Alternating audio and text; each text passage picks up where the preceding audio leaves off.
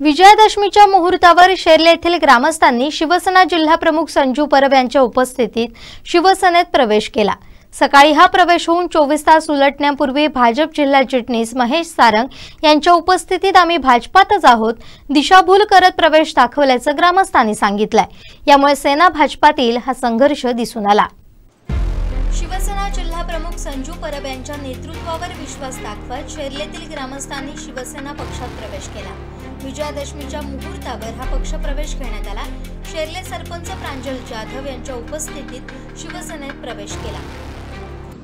सन्माननीय शेर्ला सरपंच प्रांजल जाधव बाबा धुरी व आमचे सन्माननीय तालुकाध्यक्ष बबनजी राणे यांच्या नेतृत्वाखाली आम्ही या ग्रामस्थांचा प्रवेश घेत आहोत आणि त्यांना मी या तुमच्या माध्यमातून अभय देतो की त्यांचे कुठचंही काम असू दे, तहसीलदार काम असू दे, पोलीस स्टेशनचं काम असू दे, आम्ही तुमच्या मागे शिवसेना सन्माननीय दीपक केसरकर, सन्माननीय निलेश राणे तुमच्या मागे सदैव राहतील अशी मी या दिवशी त्यांना ग्वाही देतो।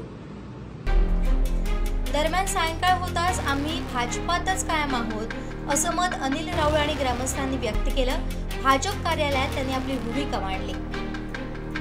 आज जो शेर्ले येथील शिवसेनेचे शाखा प्रमुख अनिल पिंगुळकर यांनी ह्या ग्रामस्थांची फसवणूक करून यांना रस्ता करून देणार म्हणून सांगून जो खोटा प्रवेश दाखवला तो यांची दिशाभूल केलेली आहे। आज तुमच्या समोर ह्या सगळ्यांनी स्वतः आपल्या मनाने सांगितलेलं आहे आणि भाजपचे कार्यकर्ते आहेत आणि भाजपमध्ये राहणार। पंच उदय धुरी शेर्लेमध्ये कार्यकर्ता म्हणून भाजपचा कार्यकर्ता म्हणून काम करत आहोत। गेली अनेक वर्ष ही जी मंडळी आपल्या समोर आहेत ती भाजपचेच काम करतात आणि भाजपच्या माध्यमातून आपले पालकमंत्री नितेश राणे असतील, रवींद्र चव्हाण यांच्या माध्यमातून 50 लाख रुपये यांच्या बीजसाठी आपण निधी दिलेला आहे। आता थोड्याच दिवसात या ठिकाणी त्याचं काम होणार आहे। तरी यांची दिशाभूल करून या ठिकाणी पक्षप्रवेश केलेला होता। तो पक्षप्रवेश नसून ते सर्व कार्यकर्ते ते भाजपचेच आहेत असे ते जाहीर करतायत। अनिल राऊळ आणि त्याचा अनिल पिंगुळकर आमची दिशाभूल केली, म्हणजे आम्हाला काय सांगितलं प्रवेश करतो म्हणून। अनिल पिंगुळकर याने आम्हाला रस्त्याचं आमिष दाखवलं की आम्ही त्यासाठी रस्ता करून देऊ, यासाठी आम्हाला परबकडे घेऊन गेला, संजू परबकडे घेऊन गेला आणि तिथे आमचे फोटो वगैरे काढून घेतले आणि ते शिवसेनेमध्ये त्यांनी डिक्लेअर केले। पण आम्ही मुख्यतः आतापर्यंत भाजपचे आहोत आणि यापुढेही भाजपचेच राहणार। आतापर्यंत आम्हाला भाजपने वाटेसाठी थोडाफार निधी वैयक्तिक दिलेला आहे आणि यापुढे ते आम्हाला रस्त्यासाठी साथ देतील ही आम्ही अपेक्षा करतो। त्यांनी 50,000 रुपये 50 लाख रुपये मंजूर केलेले असत आणि ह्याच्या पुढे ते रस्त्याचं काम पण त्वरित करतील असं त्यांच्या आश्वासन आमका दिलेलं आहे। तर भाजप जिल्हा चिटणीस महेश सारंग यांनी शाखा प्रमुख जिल्हा प्रमुख यांनी फसवणूक न करता महायुतीचा धर्म पाळावा। आमदार दीपक केसरकर यांच्याशी आपण चर्चा करणार असून यावर तोडगा न काढल्यास गावागावात जाऊन भाजप पक्ष प्रवेश करेल असा इशारा दिलाय। अशा चुकीच्या पद्धतीने कामाचा आमिष दाखवून आज हे प्रवेश होत आहेत हे फार चुकीचे आहे।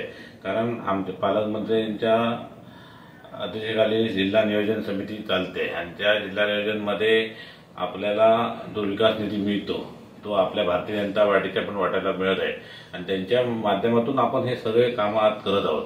पहिले आपल्या पूर्वीचे ते आपले पालकमंत्री होते आपले ते आपल्या रवी चव्हाण साहेबांच्या माध्यमातून आपण चांगल्या पद्धतीने विकास निधी घेतलेला होता आणि त्यांच्या त्या कालावधीमध्ये चव्हाण साहेबांच्या हे 40 लाख रुपये आपले मंजूर झालेले होते। नंतर त्याला काही